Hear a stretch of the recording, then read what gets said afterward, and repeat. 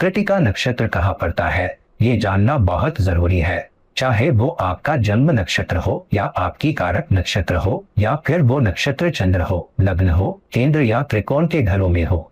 ये समझने के लिए जरूरी है कि इसके क्या लक्षण है, कैसी शख्सियत बनाता है, कौन से मौके देता है और किस तरह ये जिंदगी में आपको दिशा देगा। ये सब जानने के लिए इस धर्म केंद्र का गहराई से विश्लेषण जरूरी है।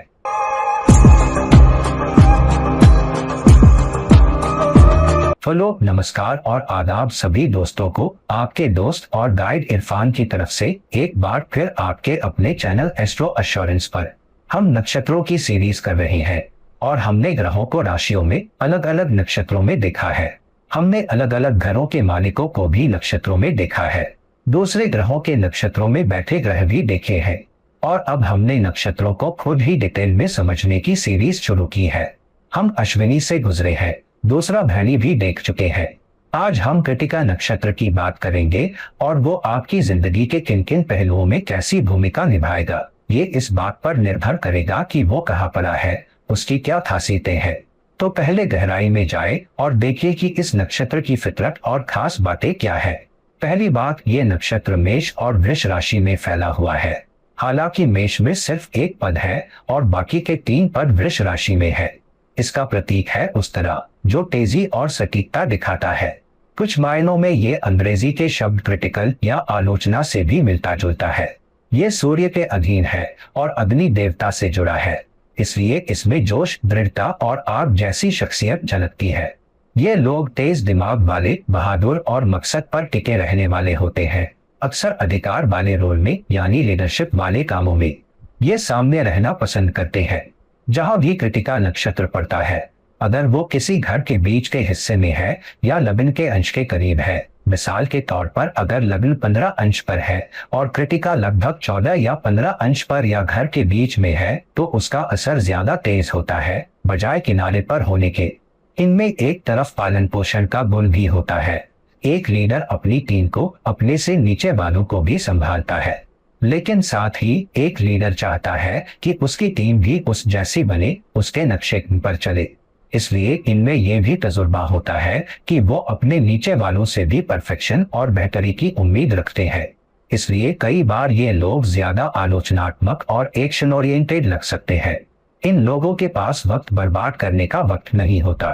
कुल मिलाकर कृतिका नक्षत्र वाले लोगों में जबरदस्त दृढ़ता और जज्बा होता है, बड़ी हिम्मत और काम को अंजाम तक पहुंचाने का सब्र होता है। एक बार जो शुरू करते हैं उसे पूरा करके ही दम लेते हैं। अक्सर रुकावटों, उतार चढ़ाव के बीच लोगों को आगे धकेलते हुए अपने मकसद तक पहुंचते हैं। ये लोग मजबूत लीडरशिप और आधिकारिक रवैया दिखाते हैं और अक्सर बहुत चुस्त दुरुस्त माने जाते हैं। इसी जिद की वजह से ये मुश्किल हालात और कड़ी प्रतियोगिता में भी कामयाब हो जाते हैं। इन्हें कोई मुकाबला दे तो ये या तो बेहतरीन नतीजे देंगे या फिर प्रतियोगिता को रौंदते हुए आगे निकल जाएंगे। प्रतियोगी को समझ भी नहीं आएगा कि हुआ क्या है। दूसरी तरफ दृढ़ता और जज्बे के साथ साथ इनकी दिमागी तेजी भी होती है। काम करने का अंदाज और सोचने की शक्ति बिल्कुल उस तरह जैसी तेज। इसलिए ये लोग बौद्धिक रूप से भी मजबूत होते हैं और आलोचनात्मक सोच में माहिर होते हैं। इसीलिए क्रिटिकल या आलोचना वाला पहलू सामने आता है। ये लोग बहुत जल्दी सीखते हैं। माहौल, प्रतियोगिता, दुश्मन सब जल्दी समझ लेते हैं और पेचीदगियों को काटकर आगे निकल जाते हैं। इनकी समस्या समाधान की क्षमता भी बहुत ताकतवर और खास होती है और ये बहुत मुश्किल, दबाव वाले हालात में भी फैसले जल्दी ले लेते हैं। एक तरफ इनमें लीडरशिप, चुस्ती, प्रेरणा और फैसले लेने का हौसला होता है, तो दूसरी तरफ लीडर होने के नाते इनमें पालन पोषण का भाव भी होता है।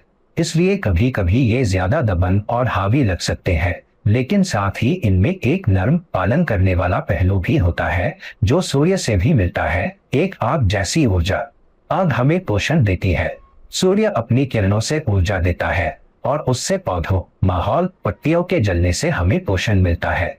इसीलिए ये शुद्धिकरण जो आग दिखाती है से भी जुड़ा है, पर साथ ही विनाश और पोषण से भी। कुछ मायनों में ये अपने परिवार, समुदाय, टीम, साथी के लिए मजबूत रक्षक या देखभाल करने वाले भी हो सकते हैं। कभी कभी ये लीडर न भी हो तो भी हालात में सामने आकर लीडर बन जाते हैं, जहां किसी को आगे बढ़कर जिम्मेदारी लेने की जरूरत हो। कभी ऑफिस में कोई मुश्किल आए तो यही लोग आगे आएंगे या उनसे मदद मांगी जाएगी। अगर परिवार में कहीं दुर्घटना हो जाए तो ये लोग पहुंचने वालों में होंगे, लोगों को फोन करेंगे, इंतजाम करेंगे, डॉक्टर से बात करेंगे, यानी सब संभालेंगे। कुछ हद तक ये न सिर्फ सामने रहते हैं बल्कि इनके मानक भी बहुत ऊंचे होते हैं, जैसा कि एक लीडर का फर्ज होता है। ये बात इनकी शख्सियत में शामिल है। ये इन्हें कामयाबी जरूर दिला सकता है, लेकिन कभी कभी तनाव भी खुद में भी और दूसरों में भी, चाहे वो परिवार वाले हो, निर्भर लोग हो, दोस्त हो, नेटवर्क हो, बच्चे हो या जीवन साथी। ये खुद के प्रति भी ज्यादा आलोचनात्मक हो सकते हैं और कभी कभी दूसरों के प्रति भी, जिससे रिश्तों में तनाव आ सकता है। दूसरी तरफ मेष और वृष के असर की वजह से एक पद मेष में 3 वृष में ये लोग थोड़े दोहरे स्वभाव के भी हो सकते हैं। इनके व्यक्तित्व का एक हिस्सा आक्रामक और एक्शन ओरिएंटेड हो सकता है जो सूर्य से भी मिलता है, लेकिन वृष वाला हिस्सा भौतिक चीजों को लेकर सतर्क करता है, इन्हें जमीन से जोड़े रखता है और आर्थिक स्थिरता और सुरक्षा की फिक्र कराता है। इसलिए कभी कभी ये लोग न सिर्फ किसी प्रोजेक्ट की कामयाबी के लिए दबाव डालते हैं बल्कि चाहते हैं कि कामयाबी भौतिक भी हो जिसके नतीजे दिखाई दें। इसीलिए ये मेष की आग जैसी प्रेरणा और वृष की अनुशासन, मकसद, नतीजे पर ध्यान और भौतिकतावादी रवैये को मिला देते हैं। आमतौर पर ये लोग तेजी और आग जैसी ऊर्जा के साथ साथ वृष की जमीन से जुड़ाव भी दिखाते हैं, जिसमें खुद पर काबू और सब्र भी शामिल होता है। आग जैसी ऊर्जा तो जरूरी है, लेकिन ये जल्दबाज फैसले भी ले सकती है जिस पर इन्हें ध्यान देना चाहिए। लेकिन कई बार ये खुद पर काबू और सब्र को पीछे छोड़ देते हैं और अपनी जल्दबाज फितरत को आगे ले आते हैं, जिससे गुस्से की समस्या, मिजाज में उतार चढ़ाव और ऊर्जा का अचानक फूट पड़ना जैसे हालात पैदा हो सकते हैं, जैसे सूरज की किरणें अचानक तेज हो जाए। इसलिए कभी कभी ये किसी हालात में जरूरत से ज्यादा कर बैठते हैं, ज्यादा रिएक्ट कर देते हैं, ज्यादा निगरानी करते हैं या कुछ हालात में बहुत आधिकारिक बन जाते हैं। इन लोगों को सब्र की आदत डालनी चाहिए ताकि टकराव न हो। दूसरी तरफ इन्हें अपनी दबी हुई ऊर्जा को ज्यादा रचनात्मक तरीके से इस्तेमाल करने पर भी ध्यान देना चाहिए।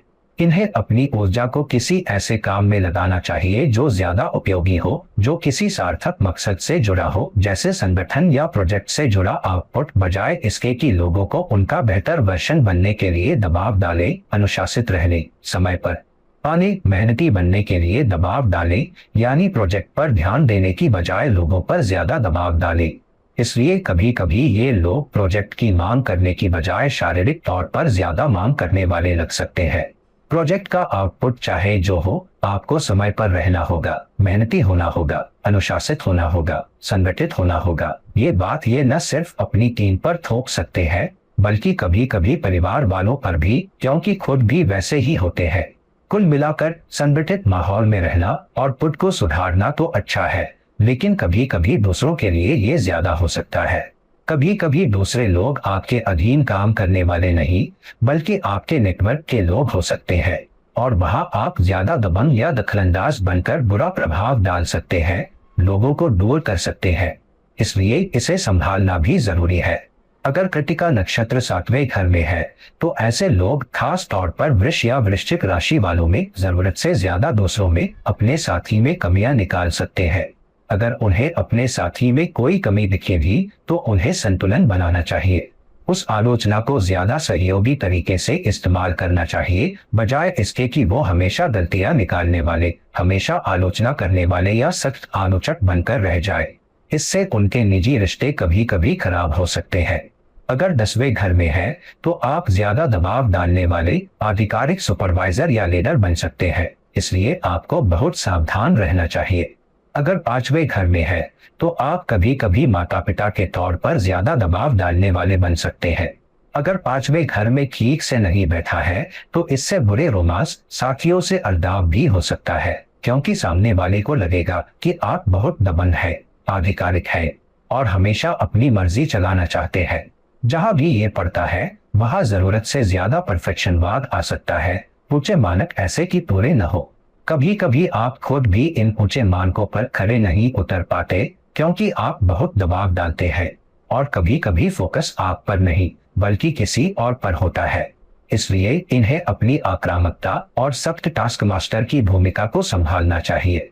कभी कभी इस रवैये की वजह से ये लोग अलग थलग भी पड़ सकते हैं, क्योंकि लोग इनके पास आने से कतराते हैं, दूरी बनाना चाहते हैं। कभी कभी घरेलू माहौल में भी अगर आप शादीशुदा है, बच्चे हैं, तो बच्चे दूसरे माता पिता के ज्यादा करीब हो सकते हैं।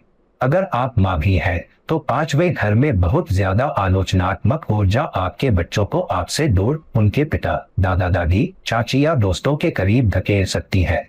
इसलिए आपको सावधान रहना चाहिए, खास तौर पर अगर आप पिता है, क्योंकि बच्चे वैसे भी कम से कम किशोरावस्था तक माँ के ज्यादा करीब रहते हैं। आपको सेहत के मामले में भी सतर्क रहना चाहिए। ज्यादा दबाव, ज्यादा गर्मी, हाई ब्लड प्रेशर, बुखार, पाचन की समस्याएं, ये सब हो सकता है। ऐसे बहुत से लोगों की डाइट भी खराब हो सकती है, क्योंकि शरीर में ज्यादा गर्मी पैदा होती है। सिर्फ खाने से ही नहीं, बल्कि आपका रवैया भी हमेशा हाई प्रेशर, आग बुझाने वाले मोड जैसा रहता है, भले ही हालात वैसे न हो। इसलिए अल्सर, सूजन, इन्फ्लेमेशन से बचने के लिए सतर्क रहें। गंभीर हालात में ये और बड़ी बीमारियों का कारण भी बन सकता है।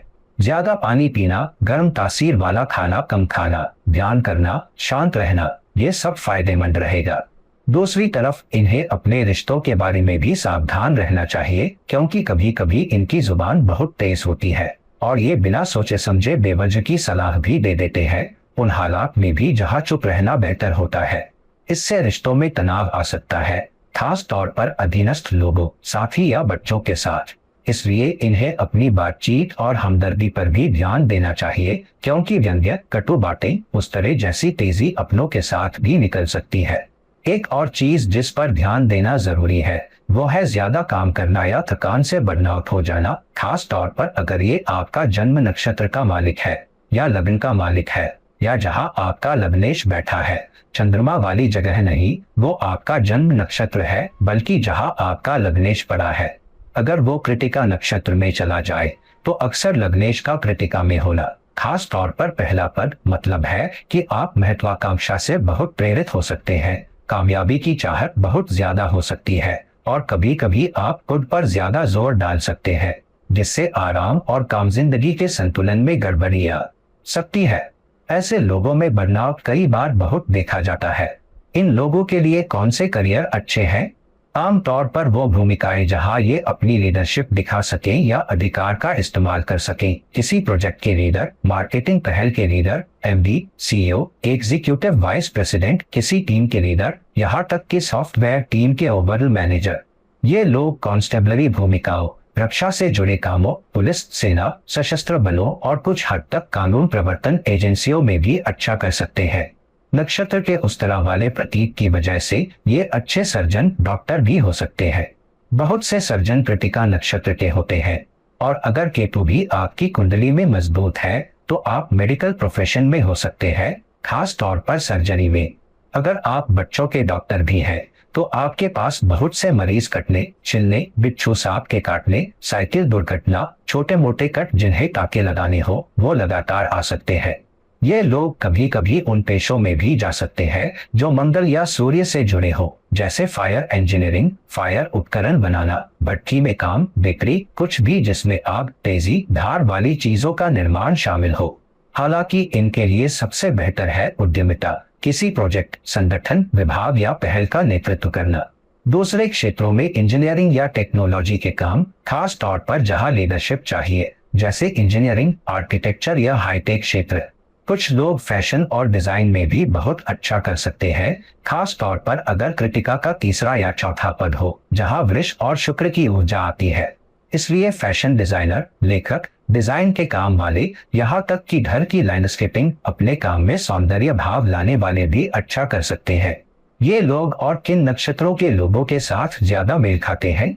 एक तरफ ये रोहिणी नक्षत्र से अच्छी तालमेल रख सकते हैं, क्योंकि इसमें शांत, पालन करने का गुण है। दूसरा है उत्तरा फाल्गुनी, क्योंकि वो कृतिका वालों की तुलना में ज्यादा जमीन से जुड़े और भरोसेमंद होते हैं। तीसरा उत्तराषाढ़ा नक्षत्र, जहां इसकी महत्वाकांक्षा और विस्तार की ऊर्जा कृतिका की लीडरशिप वाली आग जैसी गतिशील ऊर्जा के साथ मिलकर इन्हें ज्यादा कामयाबी दिला सकती है। इन लोगों के लिए कौन सी दशा ज्यादा अनुकूल है? सूर्य दशा, क्योंकि सूर्य कृतिका नक्षत्र का मालिक है, सिवाय इसके कि सूर्य नीच राशि में हो या राहु केतु से ग्रस्त हो। अब जैसे तत्व और कृतिका के कुछ हिस्से के मेष में होने की वजह से मंगल दशा भी बहुत अच्छी हो सकती है, खास तौर पर अगर मंगल त्रिकोण या लग्न से 10वें घर में हो। कुछ हद तक शुक्र दशा भी, खास तौर पर अगर कृतिका का दूसरा, तीसरा या चौथा पद चल रहा हो तो शुक्र दशा, क्योंकि वृष राशि शुक्र की है, भी असर दिखा सकती है। चंद्र दशा कभी कभी पेचीदा हो सकती है, क्योंकि वो ज्यादा पालन पोषण की ऊर्जा देती है, जबकि कृतिका ज्यादा गतिशील और शासक ऊर्जा है। दूसरी दशा जो मुश्किल पैदा कर सकती है वो है शनि दशा, क्योंकि शनि धीमा, व्यवस्थित नतीजे पर ध्यान देने वाला है, जबकि कृतिका तेज है, कल का काम आज ही चाहिए। इसलिए ये दशाएं थोड़ी मुश्किल हो सकती है, यहाँ तक कि अंतर्दशा भी, इसलिए सावधान रहना चाहिए। अगर कृतिका का पहला पद चल रहा है तो शुक्र दशा मुश्किल हो सकती है, वरना अच्छी रह सकती है। चंद्र और शनि दशा भी थोड़ी चुनौतीपूर्ण हो सकती है, क्योंकि इन्हें जो भूमिका निभानी पड़ती है वो थोड़ी अलग होती है और इन्हें उसमें पूरी तरह आराम नहीं मिलता। कुल मिलाकर ये लोग गतिशील, मजबूत इच्छा शक्ति वाले और सटीक होते हैं। ये लीडरशिप वाली भूमिकाओं और उन करियर में चमक सकते हैं जहां सामने से नेतृत्व करना पड़े, जो क्षेत्र या उद्योग दृढ़ता और अनुशासन मांगते हो। हालांकि यह सलाह दी जाती है कि ये अपनी आग जैसी फितरत पर काबू रखें, सब्र का अभ्यास करें, रिश्तों में हमदर्दी पैदा करें, ज्यादा पालन पोषण करने वाले बने, अपनी भाषा और रवैये में नरमी लाए बजाय ज्यादा नियंत्रण करने के। तब ये जातक बड़ी कामयाबी हासिल कर सकते हैं और साथ ही अपनी निजी और पेशेवर जिंदगी में संतुलन भी बनाए रख सकते हैं। तो दोस्तों, कृपया समझें कि ये नक्षत्र आपकी कुंडली में कहाँ है और किस घर में इसकी भूमिका है। इस ऊर्जा का इस्तेमाल ज्यादा मजबूत नतीजे पर ध्यान देने वाले तरीके से करें, बजाय इसके कि इसका गलत इस्तेमाल करके ज्यादा नियंत्रण करने लगे और अपने रिश्ते बिगाड़ लें। तो दोस्तों, इस वीडियो को लाइक करें, शेयर करें और अगर आप मुझसे निजी परामर्श चाहते हैं तो कृपया मुझसे संपर्क करें, लिंक नीचे दिए गए हैं। अगली बार किसी और वीडियो के साथ, यहीं तक आपका दोस्त और गाइड इरफान विदा लेता है। चाओ।